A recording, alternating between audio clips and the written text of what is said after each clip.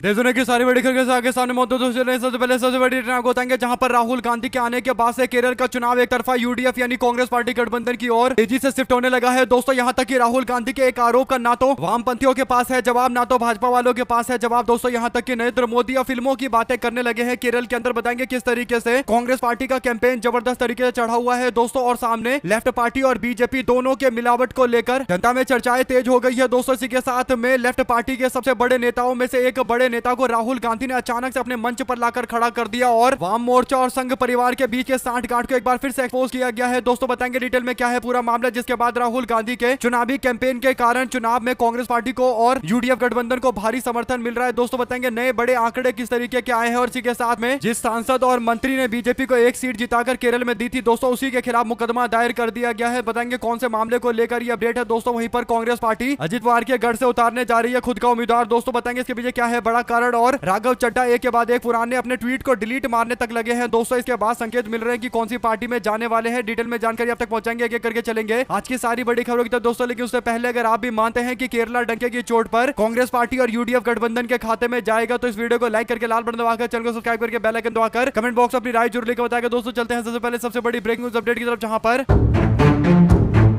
देश के अंदर सबसे ज्यादा साक्षरता वाले राज्य यानी सबसे पढ़े लिखे राज्य केरला के अंदर माहौल धीरे धीरे करके इंडिया गठबंधन यानी कांग्रेस पार्टी गठबंधन के पक्ष में बनता जा रहा है दोस्तों, और कांग्रेस पार्टी के यूडीएफ गठबंधन को भारी समर्थन मिल रहा है। मार्क्सवादी कम्युनिस्ट पार्टी के यानी वाम मोर्चा के वरिष्ठ नेता को राहुल गांधी अचानक से अपने मंच पर लेकर आ जाते हैं दोस्तों, और केरल के पूरे चुनाव का उन्होंने परिदृश्य ही बदल दिया है दोस्तों। राहुल गांधी अपने मंच पर जी सुधाकरण को बुलाते हैं। जी सुधाकरण कम्युनिस्ट पार्टी से जुड़े हुए वे नेता है जो 15 साल की उम्र से कम्युनिस्ट पार्टी में काम कर रहे थे, यानी लगभग 48 साल तक उन्होंने कम्युनिस्ट पार्टी में, वाम मोर्चा में, लेफ्ट पार्टी में काम किया है दोस्तों। और इतना लंबा राजनीतिक अनुभव था उनका कि उन्होंने कहा कि 1967 के दौर में जब वो जमीनी स्तर पर काम करते थे तो मुख्यमंत्री पिनरे विजयन को त्रावणकोर और दक्षिण केरल के कई इलाकों में कोई जानता भी नहीं था। उनको मालाबार के थाला सेसरी तक ही लोग जानते थे। और सुधाकर ने कहा कि वाम मोर्चा अपनी विचारधारा को पूरी तरीके से भूल चुका है। बुनियादी तौर पर पार्टी कमजोर हो गई है, और इसके पीछे सबसे बड़ा कारण यह है कि पिनरे विजयन केंद्रीय जांच एजेंसियों से अपने परिवार के लोगों को बचाने के लिए बीजेपी के साथ सांठगांठ करके काम कर रहे हैं। इसके बाद दोस्तों सुधाकर ने कहा कि वो चुनावी मैदान में उतरेंगे दोस्तों, और कांग्रेस पार्टी के नेता राहुल गांधी के आदेश के बाद फैसला लिया गया कि यूडीएफ गठबंधन अलापुजा विधानसभा सीट से किसी को मैदान में नहीं उतारेगा दोस्तों। अलापुजा विधानसभा सीट से जी सुधाकर चुनावी मैदान में उतरे हुए हैं। राहुल गांधी ने मंच पर बुलाया और कहा कि देखिए ये हमारे साथ में आए हुए हैं, ये मिनिस्टर थे और 48 साल तक लेफ्ट पार्टी में काम कर रहे हैं। आज ये बता रहे हैं कि विचारधारा पूरी तरीके से खत्म हो गई है। यानी राहुल गांधी ने लेफ्ट पार्टी के दिग्गज नेता से इस बात को साबित करवाया है कि वाम मोर्चा अब बिल्कुल भी अपनी विचारधारा पर अडिग नहीं है, बल्कि भाजपा और संघ के साथ मिलकर काम कर रहा है। इसके बाद दोस्तों पिनरे विजयन पर ऐसा निशाना राहुल गांधी ने साधा कि मैसेज दूर दूर तक क्लियर गया है, और ऐसे में बीजेपी के लोग इसी बात से बौखलाए हुए हैं कि आखिर वाम मोर्चा और आरएसएस के बीच में जो सांठगांठ है राहुल गांधी उस पर क्यों बड़ा खुलासा कर रहे हैं। और राहुल गांधी ने अपने मंच पर बुलाकर सम्मानित करते हुए जी सुधाकरण से ये बात बुलवाई है दोस्तों। इसके बाद से पूरा केरला का चुनाव बदलता हुआ नजर आने लगा है, और नरेंद्र मोदी फिल्मी बातें करने लगे हैं। जो अगली अपडेट है दोस्तों वो ये की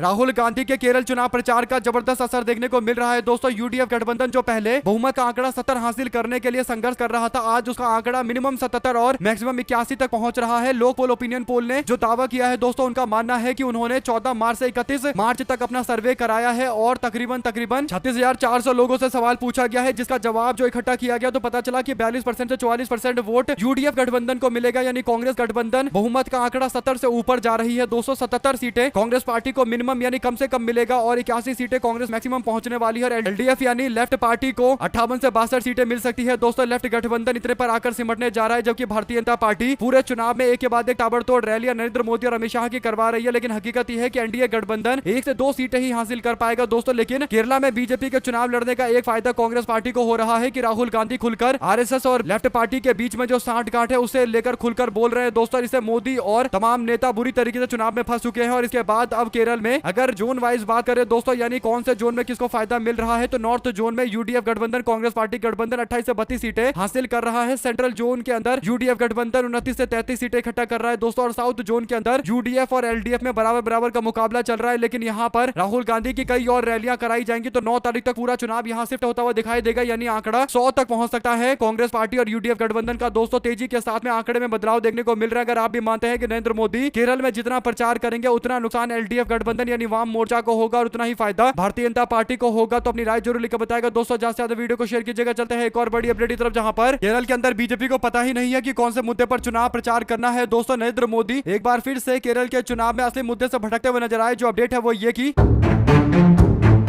बीते दिन नरेंद्र मोदी तिरुवल्ला के अंदर चुनावी प्रचार करने के लिए पहुंचे थे दोस्तों। रैली को संबोधित कर रहे थे, एनडीए की बड़ी जीत का दावा कर रहे थे दोस्तों। लेकिन बड़ी बात यह है कि नरेंद्र मोदी को अब केरल में पता ही नहीं है कि कौन से मुद्दे पर चुनाव प्रचार करना है। बीजेपी के लोगों को लग रहा है कि वाम मोर्चा और कांग्रेस पार्टी के यूडीएफ गठबंधन से अगर जनता नाराज होगी तो बीजेपी और एनडीए गठबंधन की ओर आ जाएगी। लेकिन बीजेपी वालों को पता होना चाहिए कि केरला के अंदर 33% मुस्लिम आबादी और 33% के आसपास ही क्रिश्चियन आबादी है दोस्तों, जिस कारण से भारतीय जनता पार्टी की यहाँ दाल गलने वाली नहीं है। और यही बड़ा कारण है कि नरेंद्र मोदी को अब असली मुद्दे दिखाई नहीं देर तो नरेंद्र मोदी यहां फिल्मों की चर्चा कर रहे हैं केरल के अंदर दोस्तों। नरेंद्र मोदी ने खास तौर पर 3 फिल्म का जिक्र करते हुए कहा कि धुरंधर, द केरला स्टोरी और द कश्मीर फाइल्स को लेकर विपक्ष झूठा नैरेटिव फैलाने का आरोप लगा रहा है। वो कहते हैं कि द केरला स्टोरी को झूठ बताया जा रहा है, द कश्मीर फाइल फिल्म को झूठ बताया जा रहा है। अगर आप भी मानते हैं दोस्तों कि द केरला स्टोरी हो या फिर धुरंधर मूवी हो, केरला में कोई इस तरीके की मूवियां नहीं देखता है और केरल में लोग पढ़े लिखे हैं। इसीलिए नरेंद्र मोदी को अगर लग रहा होगा कि इन बातों से जनता प्रभावित हो जाएगी, तो केरल की जनता इन बातों से प्रभावित नहीं होती है। केरल में पढ़े लिखे लोग हैं दोस्तों और सब कुछ जानते हैं कि आखिर देश दुनिया के अंदर क्या चल रहा है। अगर आप भी मानते हैं कि नरेंद्र मोदी की विचारधारा यहाँ इसीलिए काम नहीं आती क्योंकि केरल में पढ़े लिखे लोग हैं दोस्तों, साक्षरता 100% के आसपास है। आप लोग अपनी राय जरूर लिखकर बताएंगे इस पूरे मामले पर। अगर आप भी मानते हैं कि फिल्मों की चर्चा करके नरेंद्र मोदी केरल की जनता को लुभा नहीं सकते और चाहे जितना भी उनको प्रयास करना है कर सकते हैं, हालांकि कुछ फर्क इससे पड़ेगा नहीं। जो भी आपकी राय है दोस्तों लिखकर जरूर बताएगा। साथ साथ चलते हैं एक और बड़ी अपडेट की तरफ, जहां पर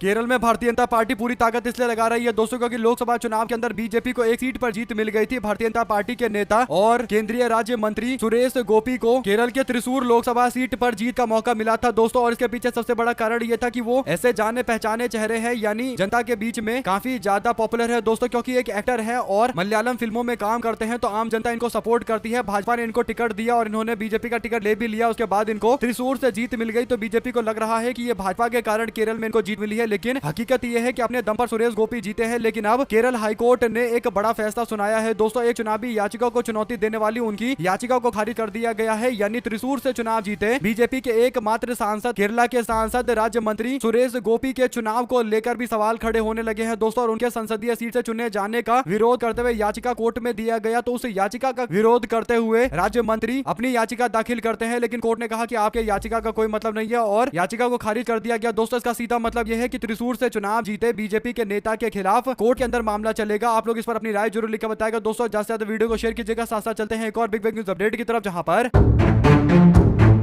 राहुल गांधी ने बीते दिन एक आरोप लगाते हुए केंद्र सरकार पर चीनी सीसीटीवी कैमरों का इस्तेमाल करने और डिजिटल प्लेटफॉर्म के माध्यम से विदेशी निगरानी के जोखिम को लेकर एक बड़ी बात कही है दोस्तों। राहुल गांधी ने कहा कि ये भारत को अंधेरे में रखने की एक सोची समझी साजिश है। उन्होंने दावा किया है कि हमारे पब्लिक स्पेस पर, यानी जो आम जनता से जुड़ी हुई स्थान होते हैं दोस्तों, चाहे रेलवे स्टेशन हो या फिर कोई सड़क हो या फिर कोई सरकारी दफ्तर हो, हर जगह पर चाइना से आने वाले सीसीटीवी कैमरे का इस्तेमाल किया जा रहा है, जिस कैमरे को हैक करके चाइना सारा डेटा भारत का भेजा जा सकता है और युद्ध के समय में चाइना भारत के खिलाफ एक बड़ी साजिश रच सकता है दोस्तों। जैसा कि ईरान और इजराइल के बीच में चल रहे युद्ध के दौरान देखने को मिल रहा है कि ईरान कई सारे सीसीटीवी कैमरे का इस्तेमाल करके इजराइल पर लगातार हमले कर रहा है दोस्तों। ऐसे ही इजराइल ने भी ईरान के कई सारे सीसीटीवी कैमरे को कब्जा कर लिया है। ऐसे में चाइना से अगर भारत के संबंध खराब होते हैं और चाइना से ही भारत सीसीटीवी कैमरा मंगाता है, तो कहीं ना कहीं भारत के सारे कैमरे को चाइना हैक कर लेगा दोस्तों। तो इससे स्थिति पूरी तरीके से चाइना के फायदे में पहुंच जाएगी। और राहुल गांधी इसी और पूरे देश का ध्यान आकर्षित करते हुए बीजेपी सरकार की तैयारियों को लेकर सवाल पूछ रहे हैं दोस्तों। उन्होंने कहा कि हमारे कैमरे किन देशों से आए हैं, सुरक्षा की दृष्टि से कितने कैमरे प्रमाणित है, यानी कैमरों में किसी तरीके से हैकिंग वाला डिवाइस ना लगा हो, कौन सी विदेशी प्लेटफॉर्म, एआई प्लेटफॉर्म सरकारी डेटा को संशोधित करती है, ये सारे जानकारी हमको मिलना चाहिए। उन्होंने कहा कि हमको खाड़ी देशों में चल रहे युद्ध से कई तरीके के मामले पर सीख लेनी चाहिए और समझना चाहिए कि दुनिया में युद्ध का क्या लेवल हो चुका है कि अब सीसीटीवी कैमरे और ऐसे इलेक्ट्रॉनिक डिवाइस जो होते हैं उनको भी पूरी तरीके से हैक किया जा रहा है और आंकड़े इकट्ठा करते हुए युद्ध के लिए इस्तेमाल किया जा रहा है। ये काफी गंभीर मामला है। ऐसे में दोस्तों अगर आप भी मानते हैं कि सरकारी दफ्तर तक में भारत के अंदर चाइनीज कैमरे लगे हुए हैं, जो कहीं ना कहीं चिंता का विषय है और बीजेपी सरकार की तैयारी और सूझबूझ को लेकर गंभीर समस्या, गंभीर सवाल उठाता है दोस्तों। आप लोग अपनी राय जरूर लिखकर बताएगा। साथ साथ चलते हैं एक और बड़ी खबर की तरफ, जिसमें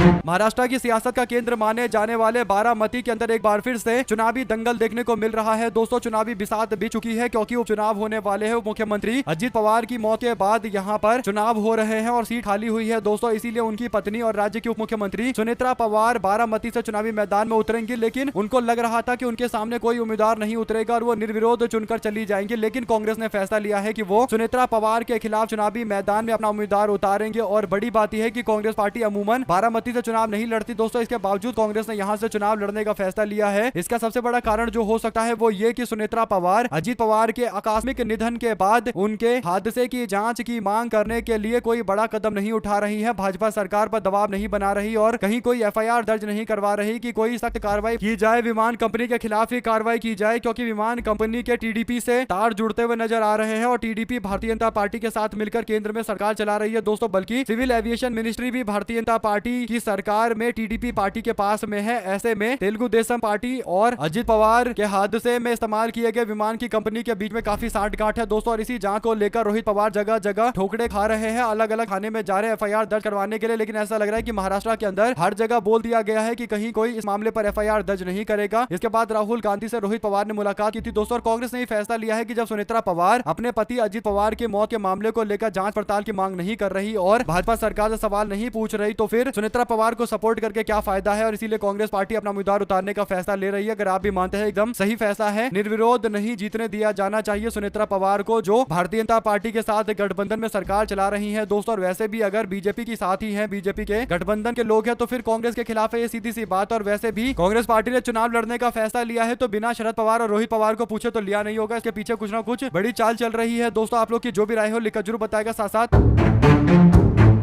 कुछ लोग पूछ रहे थे कि आखिर राघव चड्ढा कहां जाएंगे दोस्तों। अब राघव चड्ढा को लेकर जो माहौल बनने लगा है वो ये कि वो धीरे धीरे करके अंततोगत्वा अपने मंजिल पर पहुंचेंगे, यानी भारतीय जनता पार्टी में ही जाएंगे। कारण यह है कि कांग्रेस पार्टी के नेत्री अलका लांबा ने बोल दिया था कि राघव चड्ढा जैसे लोगों को हम अपनी पार्टी में शामिल नहीं करेंगे। और आप लोग जानते हैं इसके पीछे क्या बड़ा कारण है, क्योंकि राघव चड्ढा की राजनीति ही कांग्रेस पार्टी के खिलाफ शुरू हुई है दोस्तों। चाहे सोनिया गांधी जी हो, मनमोहन सिंह हो, या फिर शीला दीक्षित हो, या फिर दिल्ली के कई सारे कांग्रेस के दिग्गज नेता हो, उन सबके खिलाफ बोल बोलकर राघव चड्ढा राज्यसभा के सांसद बने थे। ऐसे में राघव चड्ढा बीजेपी में जा सकते हैं, इसकी संभावना क्यों जताई जा रही है दोस्तों, और इसको लेकर क्यों दावे चल रहे हैं। दरअसल अब जो अपडेट है दोस्तों वो ये कि आम आदमी पार्टी के दिल्ली के प्रभारी सौरभ भारद्वाज ने सोशल मीडिया पर लिखा और जानकारी दी और बताया कि राघव चड्ढा सोशल मीडिया पर उन्होंने जो मोदी और भाजपा को लेकर पोस्ट किया था, यानी आलोचनात्मक पोस्ट किया था, उनको वो धीरे धीरे करके हटा रहे हैं। इसका सीधा मतलब ये है कि अब भारतीय जनता पार्टी के साथ में बीजेपी में जाने की कोशिश कर रहे हैं। उन्होंने कहा कि उन्होंने कई तरीके के आलोचनात्मक पोस्ट हटाए हैं, यानी भाजपा की आलोचना वाले पोस्ट हटाने का सीधा मतलब यह है कि बीजेपी में जाने की तैयारी चल रही है। क्योंकि अमूमन ऐसा होता है कि जब कोई नेता एक पार्टी से दूसरी पार्टी में चला जाता है तो सोशल मीडिया पर उसने जो पुरानी बातें लिखी होती है उसे लेकर लोग निशाना साधा करते हैं, और उससे पहले कहीं ना कहीं कोशिश की जा रही है राघव चड्ढा के द्वारा अपने पुराने पोस्ट को डिलीट करने की दोस्तों। और सौरभ भारद्वाज ने टिप्पणी करते हुए कहा कि चड्ढा के उस वीडियो बयान के बाद पोस्ट की जिसमें उन्होंने आम आदमी पार्टी के उन आरोपों को खारिज किया था कि वो बीजेपी के समर्थन करने के लिए विपक्ष अलग हो रहे हैं। ऐसे में दोस्तों राघव चड्ढा आज नहीं तो कल जाएंगे भाजपा में ही, ये बात है। अगर आप भी मानते हैं कि 2028 तक इनका राज्यसभा का कार्यकाल है, तब तक तो ये आम आदमी पार्टी छोड़ेंगे नहीं, और हो सकता है कि पंजाब के अंदर भारतीय जनता पार्टी को सपोर्ट करते हुए नजर आए अगले चुनाव में जो 2027 में होने वाला है, और पंजाब में अपने आप के लिए भविष्य भी ढूंढ रहे होंगे। तो ऐसे में अभी ये राज्यसभा के पोस्ट से इस्तीफा भी नहीं देंगे, आम आदमी पार्टी में बने रहेंगे, क्योंकि अगर पार्टी इनको निकालेगी तो इनकी सदस्यता जाएगी नहीं। अगर ये खुद इस्तीफा देंगे तो सदस्यता चली जाएगी, तो राज्यसभा की सीट तो ये खोएंगे नहीं। अभी 2 साल इन्हें और राज्यसभा का मेंबर रहना है, बाकी काम ये बीजेपी के लिए अनऑफिशियल तौर पर यानी अनाधिकारिक तौर पर करते रहेंगे। आप लोग इस पर क्या राय रखते हैं दोस्तों, लिखकर जरूर बताइए कि आप मानते हैं कि बात सही है या फिर कुछ और आपको लगता है। साथ साथ